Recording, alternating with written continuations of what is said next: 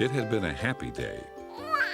Katie discovered that when it's 3 days before your birthday, interesting packages come in the mail. Orbie found that even though it's only tape, sometimes it's hard to rip off. And they both discovered that no matter who the present is for, it's fun to guess what it is. Katie was very excited. Granny and Granddad had sent her a beautiful music box. It had a ballet dancer inside a glass bubble. When you wound it up and played the music, the ballet dancer turned in circles. It was a great present. Katie loved ballet, and the music was pretty to listen to, but mostly it was great because if you squinted and looked really carefully, the ballet dancer sort of looked like Katie. Mom explained that it was a precious toy and that if she took good care of it, she might have this very music box until she was all grown up.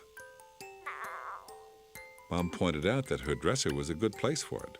The music box wasn't like an ordinary toy. You had to be gentle with it because it was breakable. Upstairs, Mom showed Katie a music box that her dad had given her when she was a little girl. When Mom lifted the lid, a little ballet dancer twirled in a mirror. Katie told Mom it was nice, but she liked her own more. Mom said that was as it should be. Now I have to tell you that Katie sat in her bed and watched the dancer go around and around for a long time. Orbie wanted to try it, and Katie did give him a turn, but it was short. Katie felt it would be better if not too many people handled it. It might get broken. Orbie smiled.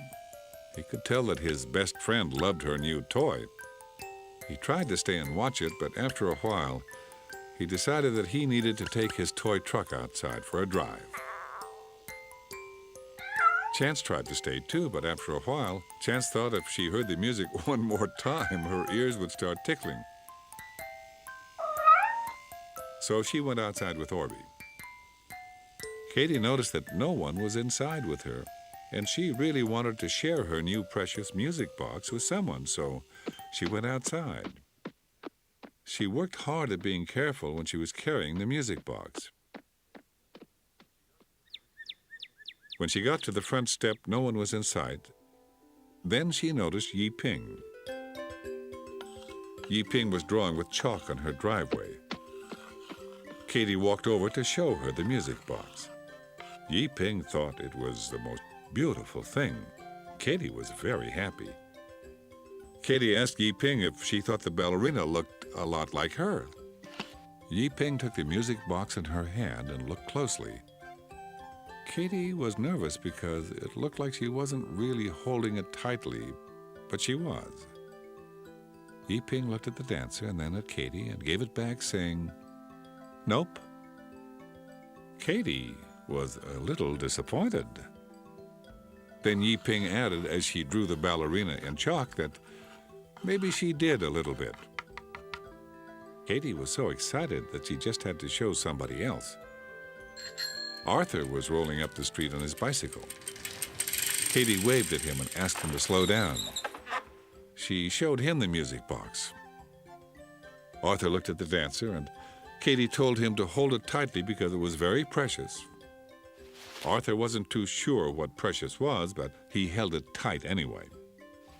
He looked at the dancer as it turned, then he handed it back to Katie.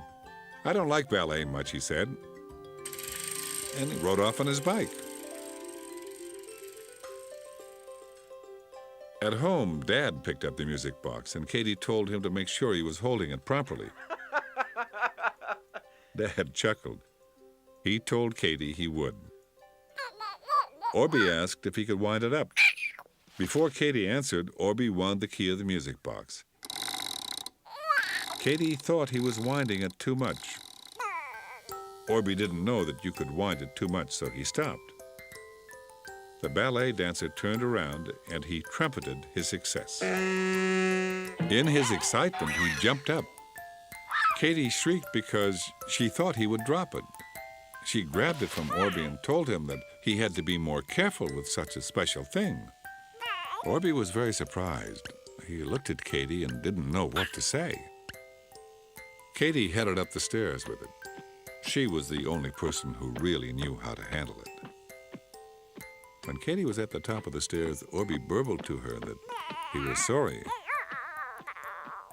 Katie turned and smiled at him. She would show him how to use it properly. Orbie felt better and started up the stairs. As Katie turned to the last step, she bumped the music box into the banister and knocked it right out of her own hand. She tried to grab it, but it kept tumbling. Orbie jumped out for it, but it hit the stair and bumped out over his head and fell with a horrible smashing sound on the floor. Nobody moved for a moment. Then Katie cried, "My music box." It was broken. The dancer was snapped in two, the glass was all over the floor, and the music box was in pieces. Dad asked Katie not to go near it because the glass might cut her. Katie looked at her precious thing. It was the nicest, most beautiful thing she had ever been given, and in one day it was all broken. That night, Katie cried in bed. Mom comforted her.